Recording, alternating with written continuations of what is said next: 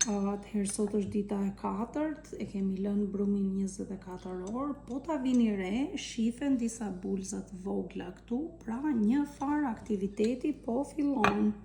Si gjithmonë unë kam përgatitur ujin, 1 filxhan e gjysmë, po rrim me këtë mas, gjithmonë larg lugën që mos ngjisi brumi. Do të marr gjithmonë nga poshtë që të mos marr këtë pjesën e oksiduar të brumit lart.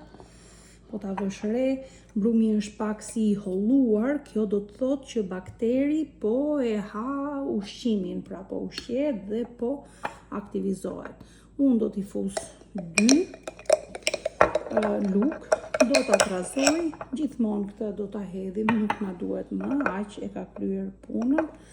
Dhe pastaj do t'i fus miellin. Zakonisht masa e dur ka qenë 3 lugë me maj. Tani do fillojmë gjithmonë më tepër të shikojmë aktivitet. Unë do t'i fus lugën e parë, por sigurisht gjithmonë unë e shikoj me sy.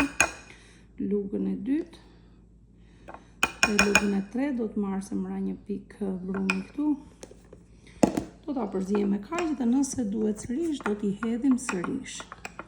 Mbajmë gjithmonë të njëjtën konsistencë brumi, nuk na duhet më shumë se sa aq.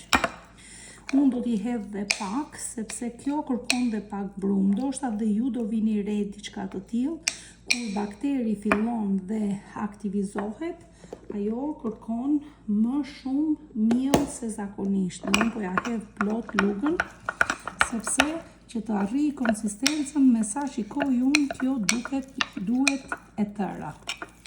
Vazhdojmë ta përziejmë më së miri.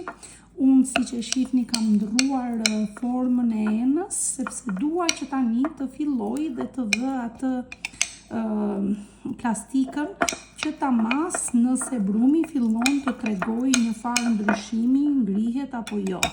Okej, e kam sheshuar kështu, si që shifni dhe ju aty, lë lugën më njanë dhe tani do t'i vëm plastikën. Doja vëm, mundohemi ta vëm sa më mirë aty ku bie brumi, që të nesërmen, edhe kësaj radhe unë do ta lë 24 orë, si që lash herën e kaluar. Kjo kavanozi ka kapakun e vet dhe unë e lë kështu gjysmë të mbyllur, gjithmonë në një vend të ftohtë.